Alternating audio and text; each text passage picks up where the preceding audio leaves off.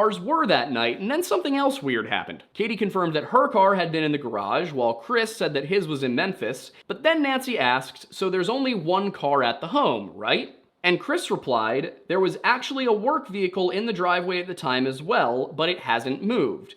We can't give out that information because we don't have permission from her work. And Nancy simply said, I don't understand that, what?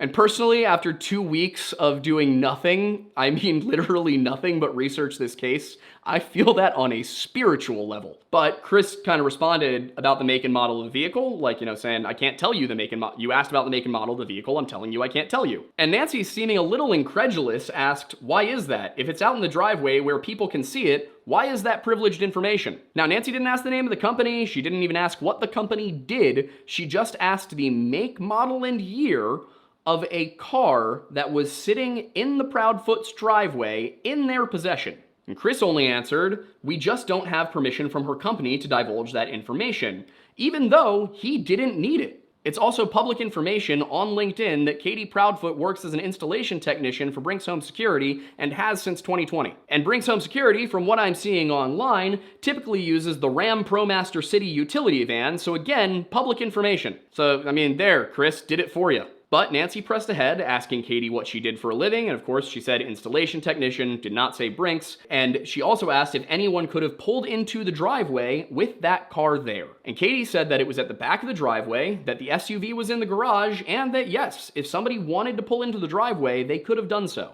And she also confirmed, upon further questioning, that the only ways to get into the garage were either with a remote or a code, and that Sebastian had access to the latter. When it came to a number of other questions, Chris was equally opaque. For example, Duchess asked about Sebastian's medications during that March 17th interview, because Sebastian was diagnosed with 6q27 chromosomal deletion syndrome, as well as, I believe I read somewhere, ADHD. Chris replied that he would not be disclosing any of the medications that Sebastian was prescribed, which I could understand that to some extent in certain cases, but the bizarre part is that he said it was for HIPAA reasons. HIPAA does not prevent parents from disclosing the medication that their minor children take to journalists, and especially not in cases where that could be relevant information. And yeah, what medication Sebastian was taking may not be relevant to his disappearance, but why not just say that instead of lying and saying it's for HIPAA reasons? On top of that, I feel that having that information out in the open could be useful in the event that Sebastian,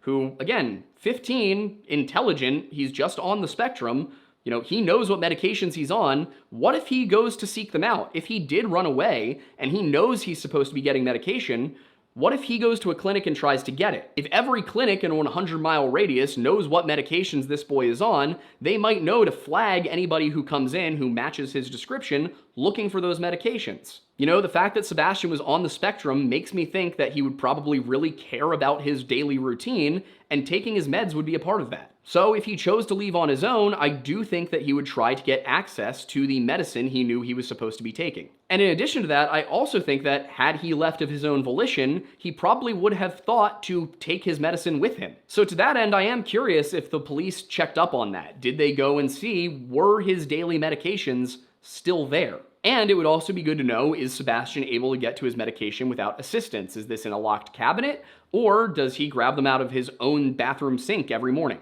But these were not the only times Chris evaded questions, and they were not the only times that he outright refused to give an answer, because in the same interview, he was very cagey about how long he and Katie had known one another. One of the panelists I mentioned earlier, a YouTube creator who goes by the name of Cold Case Crystal, pressed the Proudfoots on that question during the March 17th interview, and this was because Duchess had skipped the question earlier on. And Chris immediately went on the defensive, replying, so my question to whoever is asking that is, what does that have to do with the investigation of our son? And Duchess seemed to agree, telling Chris that people came for her for skipping it and that she didn't think it was pertinent to Sebastian being missing. Chris replied, it really has no pertinence to the investigation or the fact that our son is missing. But like I said, I'm respectful, I'm brash, and I'm direct to the point. To answer that person's question, I've been in Sebastian's life for half his life. And before I go into why this might in fact be a pertinent detail, I do want to note that Chris uses that exact same combination of words several times when answering questions. That brash, respectful, direct, and to the point. In that interview alone, he says this 3 times. And that's just in this one. He said it another 2 times in a different podcast. And I'm trying to see if there's a pattern here. I haven't determined if there is yet. But as to why that's pertinent, it's because the answer to that question may make Chris seem like not the best guy.